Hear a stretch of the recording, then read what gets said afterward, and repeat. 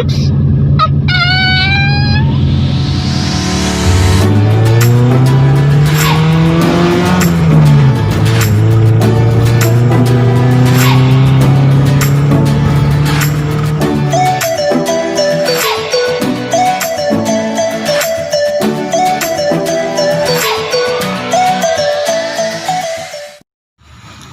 Okay mga pips, so gagawa na naman tayo ng Honda Wave R 100cc. Ang sabi sa akin ng may-ari, ginamit lang daw niya yan nung gabi, tapos nung kinaumagahan paggising niya gagamitin niya, ay no, start kahit anong padjak niya. So tingnan natin kung hindi nga i-start.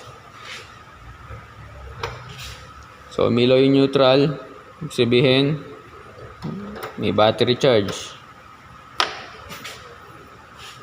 Pero nalobat na raw ito kaka start niya. Kaya yan, lobat siya. Subukan natin i-start ngayon.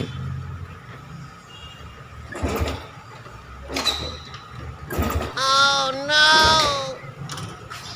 So ngayon, wala siyang compression. Ang duda ko dito barbula. Either kailangan iasinta barbula, may singaw, or palit barbula. Okay mga pips, so nabaklasan natin yung flaring dito sa gilid. Unang check muna natin is yung ignition, kung may spark yung high tension wire nya papuntang spark plug, dapat may kuryente yan. Galing natin yung spark plug cap. Ayan mga pips, so tututok nyo lang yan dito sa may parting may bakal. I-zoom ko para makita nyo.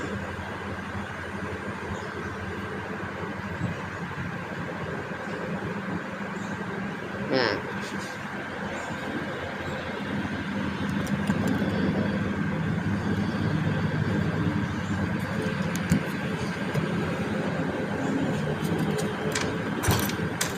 So dapat may spark siyang, may makikita kayong spark dyan para malaman nyo kung may matawid ng kuryente.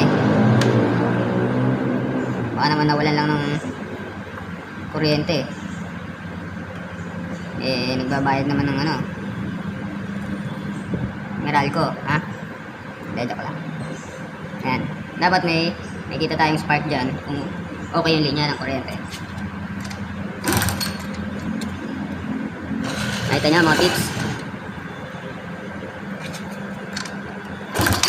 Ayan. Yung talo ng kuryenteng yun, ibig sabihin nun okay yung ignition nya.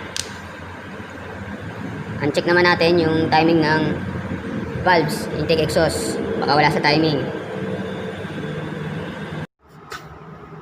Okay mga pips, so check natin tong valve clearance. Okay naman. Huwag natin ikutin yung timing. Tingnan natin kung anong ating matutuklasan. Uy. Uy. Uy. Narinig nyo?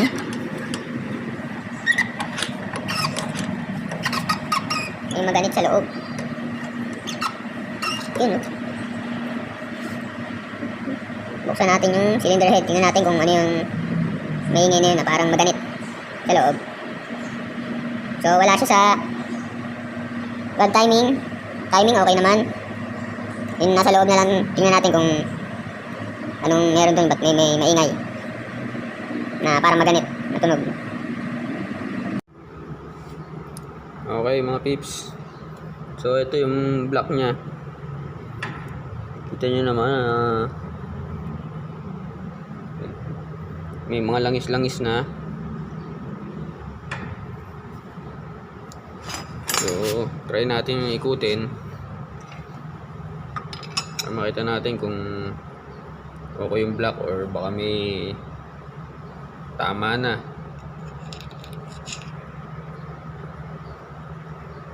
Makita natin kung ano yung umiingay kanina.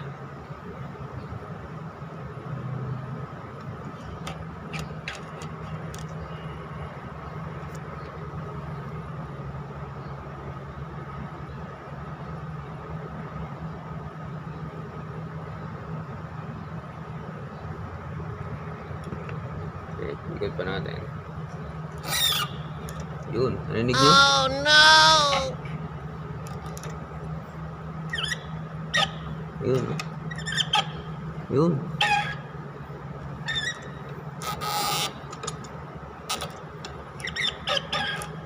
Yun.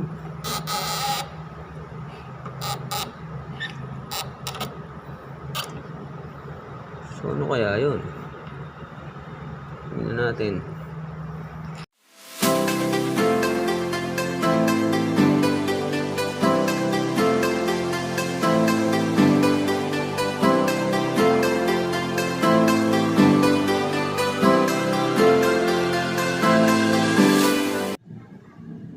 Mga pips. So, ang naging problema ng wave na to kaya ayaw niyang umandar at saka maganit siya pag kinikicker. May times hindi na walang compression. Is itong piston niya. Yan. Pinasok siya ng tubig. Kinalawang piston ring. Oh no! Kaya may times na loss compression siya pag kinik-start tapos biglang gaganit. Dahil ito sa black. Ayun. Kita nyo? So yung piston, pagka umabot dito sa part na ano, yan. Kasi ang function nito is taas baba, di ba? So pag atras niya at umabot siya na dito sa may part na may kalawang, mag-i-stack up bigla yung piston kasi gaganit. So pag sipa mo ulit, bababa ulit siya, malubay na naman. Kaya ang gagawin natin dito is paparebor natin. So ito na yung piston na pinarebor natin tsaka black sa 0.25. Tingnan natin ngayon kung maingay pa rin siya pagka pinaikot yung sigunyal.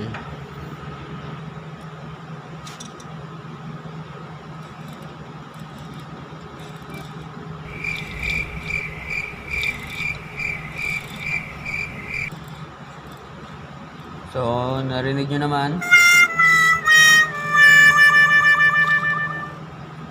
Ayan mga pips. Tahimik na yung pag-ikot ng sigunyal niya. Okay mga pips. So, ngayon, tingnan naman natin kung may singaw yung intake at saka exhaust valve. Yung maganit na siya tanggalin. Ayun.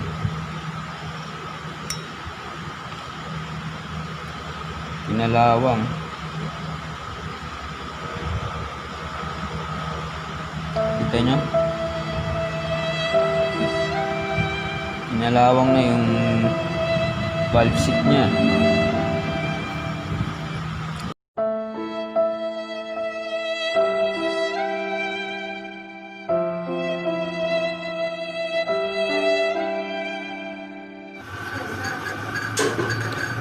Okay mga pips.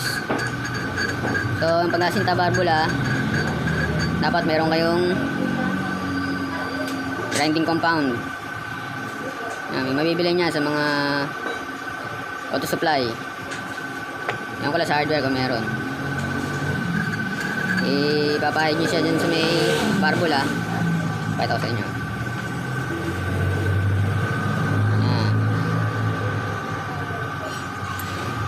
Dito sa valve seat.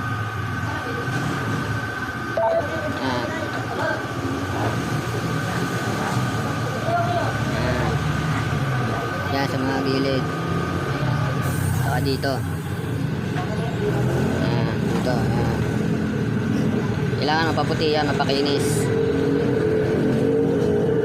Para yung mga kalawang, yung mga alikabok, yung mga carbon matanggal. Kaya mga tips, nalinis na rin natin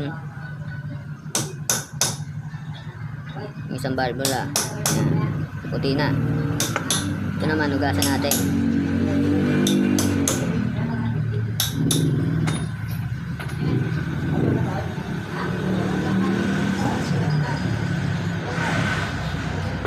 Ayan, maputi na pareho.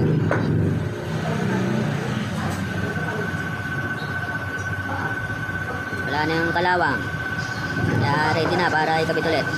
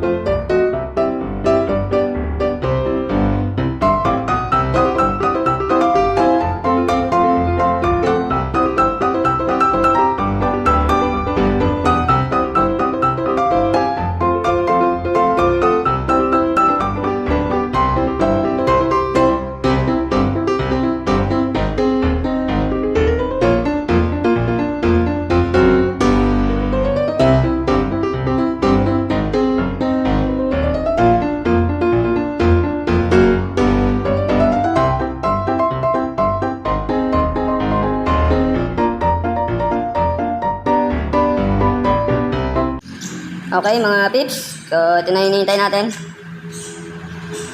Pa-startin na natin tong wave na ginawa natin. Tingnan natin kung okay na siya.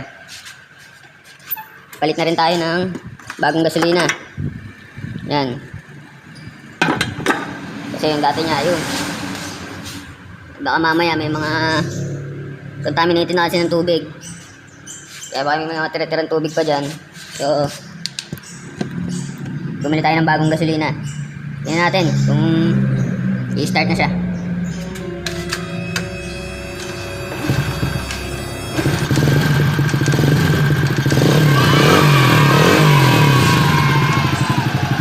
Okay mga tips, so napay-start natin. Successful ang ating ginawa.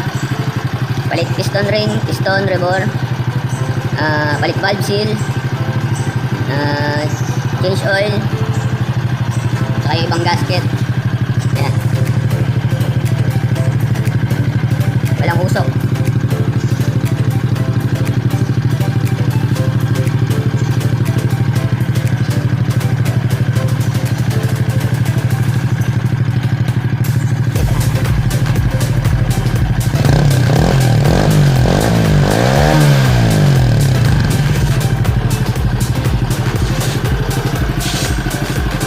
Ayos.